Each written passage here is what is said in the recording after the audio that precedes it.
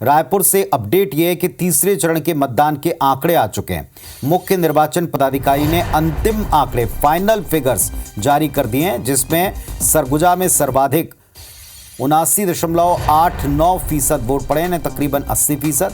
जांजगीर चांपा में सबसे कम 67.56% वोटिंग हुई है। रायगढ़ में 78.85% वोट पड़े हैं। कोरबा क्षेत्र में कोरबा सीट पर 75.63% वोट हुई है और बिलासपुर सीट के ऊपर 64.77% मतदान हुआ। दुर्ग लोकसभा सीट के लिए 73.68% वोटिंग हुई है, जबकि रायपुर लोकसभा क्षेत्र में 66.82% वोटिंग हुई। और राजेश राज सहयोगी हमारे साथ में जुड़े हैं। राजेश, फाइनल फिगर्स आ गए हैं, बताएं इनके बारे में। जी पुनीत, देखिए कल जो तीसरे चरण में 7 सीटों को लेकर के जो वोट डाले गए उसके फाइनल वोटिंग परसेंटेज जारी हुए हैं। राहत की बात है कि ओवरऑल वोटिंग परसेंटेज करीब करीब 1% बढ़ा है। रायपुर को लेकर के भी बात करें तो करीब करीब थोड़ा सा 1% से कम की बढ़ोतरी देखी गई है, लेकिन कुछ सीटों पर पिछले विधानसभा चुनाव की तुलना में कम वोटिंग हुई है, जिसमें दुर्ग लोकसभा सीट शामिल है। बाकी अमूमन सभी पे थोड़ी बहुत बढ़ोतरी हुई है। सरगुजा की बात कर रहे थे, वहां पे भी पिछले 2019 के लोकसभा चुनाव की तुलना में बढ़ोतरी हुई है।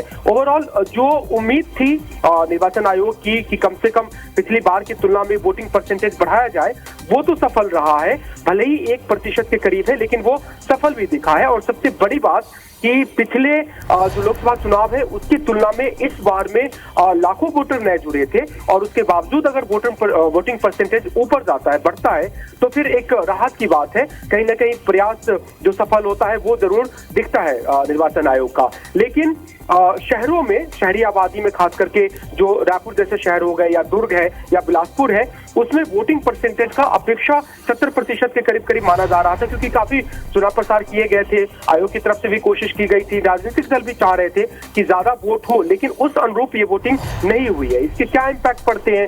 ये वोटर जो निकल करके आने वाले थे उतने अपेक्षित क्यों नहीं निकल के आए और किसका नुकसान होगा, ये तो खैर रिजल्ट में ही पता चलेगा। लेकिन बढ़ोतरी के बावजूद जिस तरह की उम्मीद थी उस तरह की वोटिंग परसेंटेज शहरी क्षेत्रों वाले लोकसभा सीट पे नहीं देखने को मिली। जी चलिए, तो हर बार की तरह वोटिंग प्रतिशत में थोड़ी सी बढ़त है, लेकिन शहरी इलाकों से अब भी शिकायत है कि वहां वोट प्रतिशत अवेयरनेस के बावजूद उतना नहीं दिखा जितना उम्मीद की गई थी। शुक्रिया आपका इस पूरे अपडेट के लिए।